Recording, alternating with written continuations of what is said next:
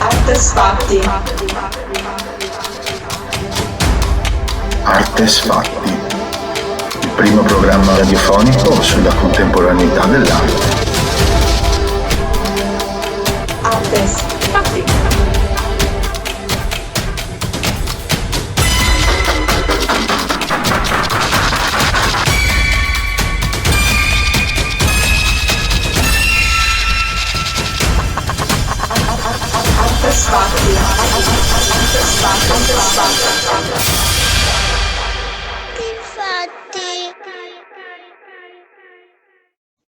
Buongiorno a tutti, bentornati su Radio Ca' Foscari, siamo ancora noi di Artes Fatti, una puntata molto interessante perché ci spostiamo in Spagna e nella precisione più a Barcellona e andiamo a conoscere i nostri ospiti di quest'oggi che ci parleranno di una mostra molto interessante che si svolgerà tra poco appunto presso il CRAI di Barcellona, che non è nient'altro che l'Università appunto di Barcellona di linguistica. Ma sentiamo i nostri ospiti così possiamo conoscere la loro attività e anche cosa fanno per questa cosa hanno in mente per questa mostra.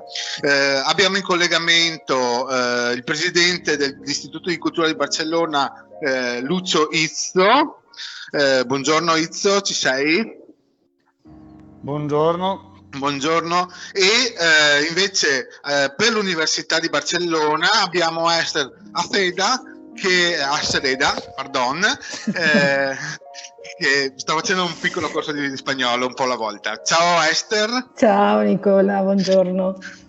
Bene, cosa state combinando nella vostra università e con l'Istituto di Cultura di Barcellona? Una mostra su Dante che appunto in Italia ha il suo valore culturale, ma che viene studiato anche all'estero. Come nasce questa mostra? Quali sono i motivi e anche gli interessi che vi hanno portato a studiare questo autore?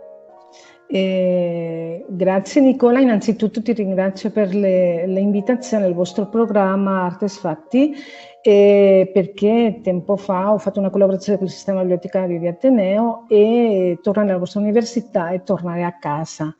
Quindi questa mostra nasce tramite due collaborazioni. Infatti noi volevamo quest'anno festeggiare il 700 anniversario della morte di Dante e abbiamo iniziato questa collaborazione con l'istituto che già esiste a livello accademico, però anche abbiamo voluto farlo a livello culturale. Quindi loro ci lasceranno in prestito una parte del suo fondo di biblioteca specializzato in Dante che si potrà vedere nella mostra che faremo nella Biblioteca di Lettere dell'Università di Barcellona.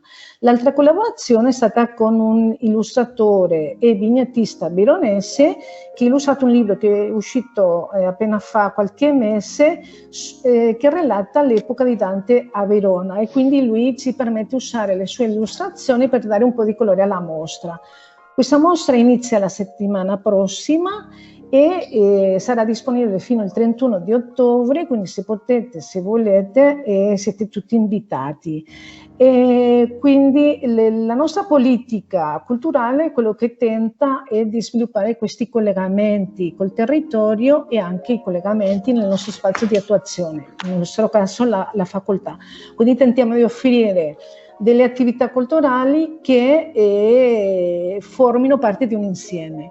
Io adesso ci do la parola a Lucio, che lui vi spiegherà un po' come loro stanno festeggiando e che vi spiegherà un po' tutte queste attività che hanno svolto e che stanno per svolgere quest'anno intorno alla figura di Dante. Buongiorno Lucio.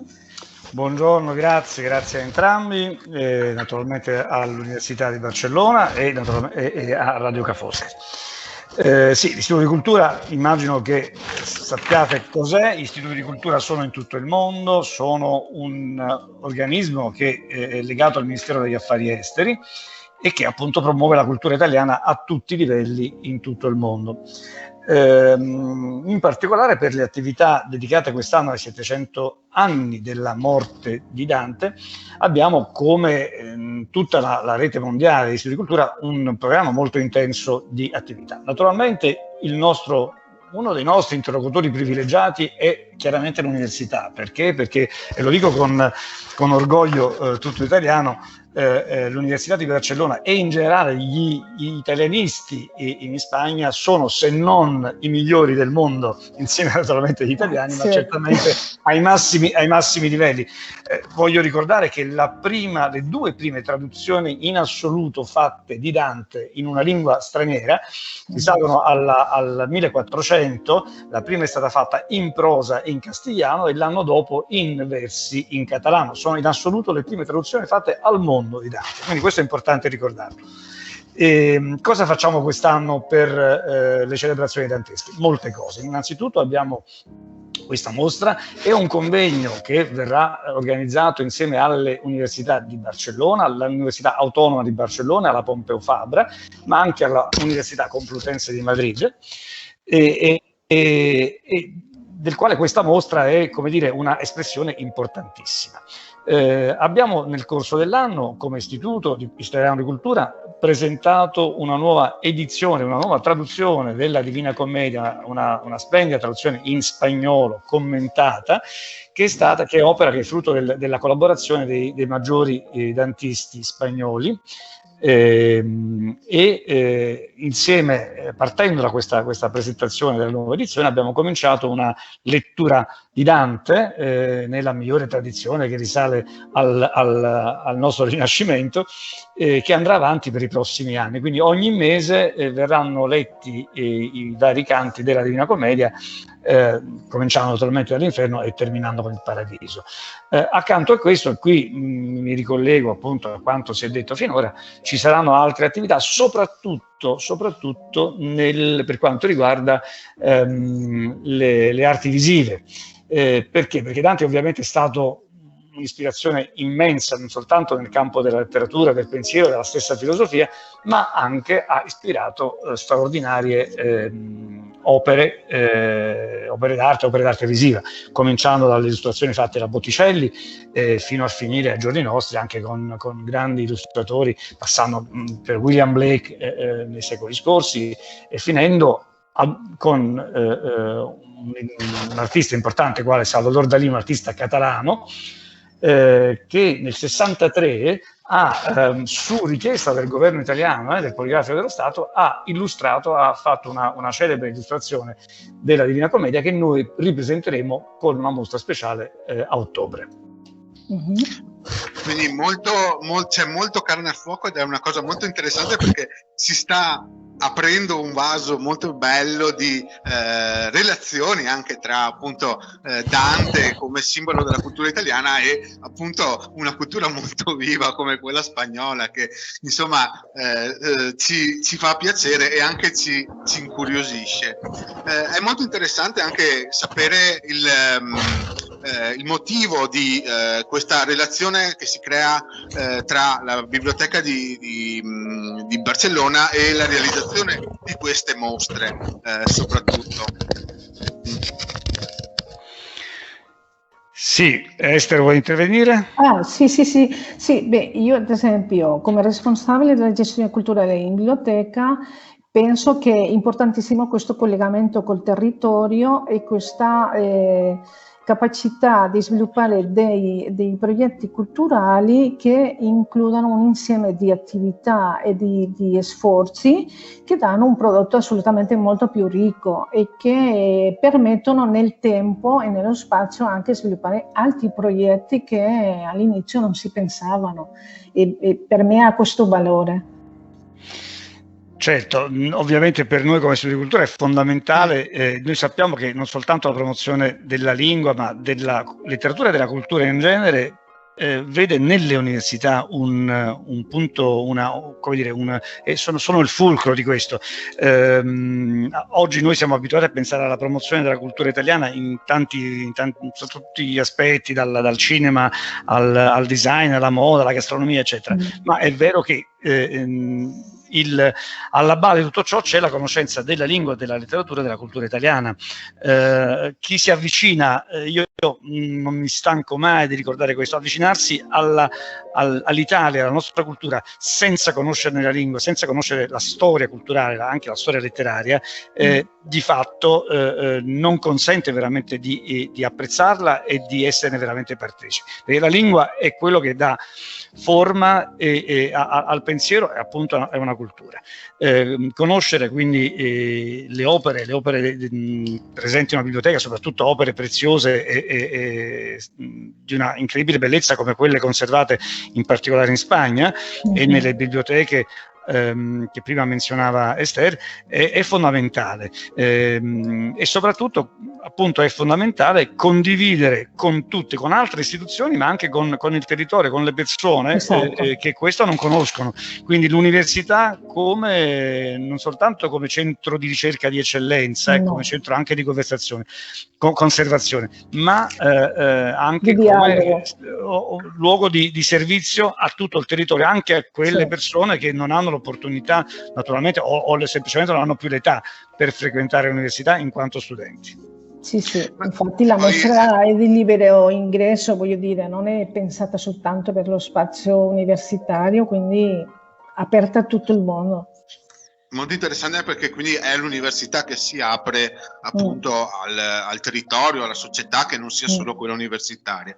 È molto anche interessante la riflessione, l'attività diciamo che svolgete proprio anche visto la forte spinta che c'è stato nell'ambito digitale, dovuta anche alle problematiche che abbiamo avuto legate al Covid, appunto la rivalutazione continua di uno strumento che è il libro, e quindi di conseguenza anche della lingua e la conoscenza di essa, che lo rende ancora un oggetto, diciamo, evergreen, cioè non muore mai questo libro alla fine. Se si fanno addirittura mostre con i libri, sui libri e sugli autori, vuol dire che insomma questo strumento, per quanto apparentemente non digitale, invece riesce a avere anche ancora una sua valenza nella società. Oltre che culturale, anche proprio pratica, diciamo, no? Sicuramente il libro, quello che tutti sappiamo è che il libro non ha batterie che si scaricano, non si può, e praticamente ha bisogno soltanto anche di una piccola candela di notte e di giorno della luce del sole. Per tutto il resto è completamente inesauribile. Beh, è molto bella questa cosa, anche un'opinione da parte di Esther, che insomma lavorando nella biblioteca è il suo pane quotidiano. Sì, per noi viveranno sempre, quindi il concetto è che nel tempo i servizi si modificano. Ad esempio, in tutto questo periodo di pandemia l'elettronico ci ha salvato, e questo è una realtà, però il libro in cartaceo ci sarà da sempre e ci dà una risposta che è compatibile anche con la grazia è prendere il meglio del cartaceo e il meglio del digitale, sono compatibili, quindi questa è l'idea. Beh, ho svincolato un po' dal tema principale, perché comunque ci tenevo a sfruttare la vostra presenza qua a Radio Ca' Foscari, anche appunto per raccontare un po' un altro punto di vista su una questione che comunque riguarda tutte le università e tutte le biblioteche.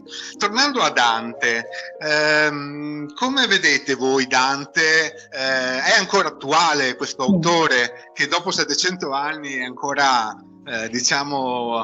presente nella nostra cultura, e addirittura riesce a travalicare, diciamo, i confini italiani e essere fonte di studio appunto anche in Spagna? Sì, io direi per me i principali punti che lo fanno contemporaneo sarebbe innanzitutto la lingua, perché abbiamo la possibilità di leggere Dante nella lingua che lui ha scritto le sue opere, quindi questo glielo fa collegare col presente. E non soltanto quello, sino che lui è stato tutto un impulsore della lingua volgare, quindi la lingua attuale, e ha dato tanto vocabolario per farlo più ricco e per promuoverlo, e ha fatto tutta una riflessione sul linguaggio. Dopo io penso che la sua poesia, il suo testo poetico ha un valore sociale che anche lo fa contemporaneo, e che in questo percorso che lui fa tramite ad esempio la Divina Commedia, il lettore anche segue questo cammino di crescita e di evoluzione, e tenta e vuole ritrovarsi nel testo e identificarsi nel testo. E infatti, se vediamo ad esempio l'esempio del quinto canto dell'Inferno, Francesca e Paolo, Dante si riconosce in quella storia, e noi ci possiamo riconoscere anche. Quindi tratta delle tematiche che da noi sono riconoscibili e reali, come l'amore, la morte, il peccato, il desiderio, la religione, Dio, la politica. Ci fa un telegiornale di quella società del momento, e ci dice: ragazzi, la nostra società è così, possiamo fare qualcosa di meglio, possiamo cambiare questa società, che è un'idea che anche adesso è vigente. E dopo, un'altra cosa che a me stupisce molto in Dante è la sua capacità visiva, e questo in un momento che lui non aveva degli strumenti che gli permettessero capire il suo testo di quella forma. Tu leggi qualsiasi parte della Divina Commedia e ti offre una scena, una scenografia visiva straordinaria, e che noi possiamo capire e tradurre tramite altri linguaggi contemporanei come la fotografia o il cinema, per dire una cosa, o l'arte digitale. E penso che questi per me sono gli elementi principali della sua contemporaneità. È una forma di contemporaneità, appunto, che è molto bella questa riflessione, perché proprio ci fa capire poi anche tutta la produzione che ha generato questo autore. Invece, Esatto. per Lucio, non mai diciamo del tu, perché qua a Radio Ca' Foscari cerchiamo di essere sobri. Qual è la tua visione contemporanea di Dante? Ma intanto sottoscrivo quanto ha appena detto Esther, e in realtà Dante è contemporaneo di tutti in ogni tempo. Quello che è straordinario, se analizziamo la storia della letteratura e anche appunto dell'iconografia nel corso dei secoli, in questi 700 anni ci rendiamo conto che in ogni secolo Dante è stato, non solo in Italia, in tutto il mondo, letto, vissuto e elaborato in maniera del tutto costante, e appunto con la percezione da parte degli autori. Faccio un esempio per restare al Novecento. Samuel Beckett è stato uno dei più profondi conoscitori di Dante, così lo è stato James Joyce, ma nell'opera di Beckett noi ritroviamo una quantità di referenze dantesche. Il cinema, pensiamo per esempio a Federico Fellini.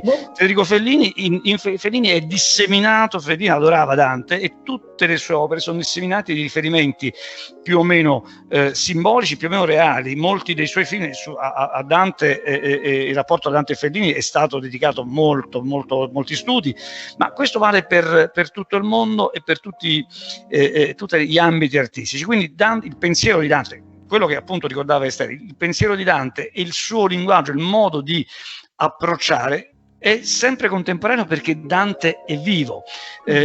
Quello che sorprende chiunque nel momento in cui si legge Dante, diciamo che spesso noi italiani siamo abituati a studiare Dante al liceo, e magari il primo approccio può essere, come dire, un po'...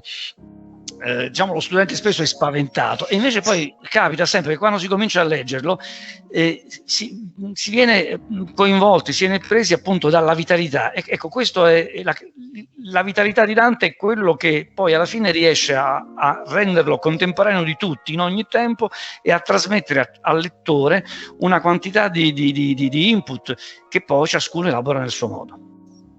Quindi è un genio infinito, perché alla fine riusciamo si contestualizza in ogni era che viene studiata, Esatto. Ed è molto interessante appunto questa trasversalità che riesce a trasmetterci e a regalarci, perché alla fine coinvolge, riesce a creare dei link molto forti anche con grandi menti, con artisti, quindi Rizzo ha parlato di appunto Fellini, io sono un felliniano di formazione mentale, lo amo da morire, ed effettivamente adesso andrò anche a vedermi bene questa relazione che mi ha suggerito, perché è molto curiosa.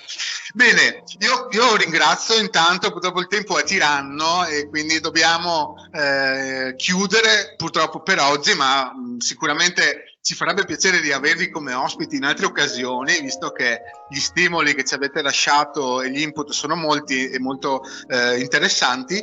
Quindi ringrazio innanzitutto per la vostra disponibilità, per il vostro tempo, e sia Lucio Rizzo, ricordo direttore Istituto di Cultura di Barcellona, e Esther Acereda del CRAI di Barcellona, l'Università di Barcellona, per aver partecipato, per averci lasciato la vostra testimonianza.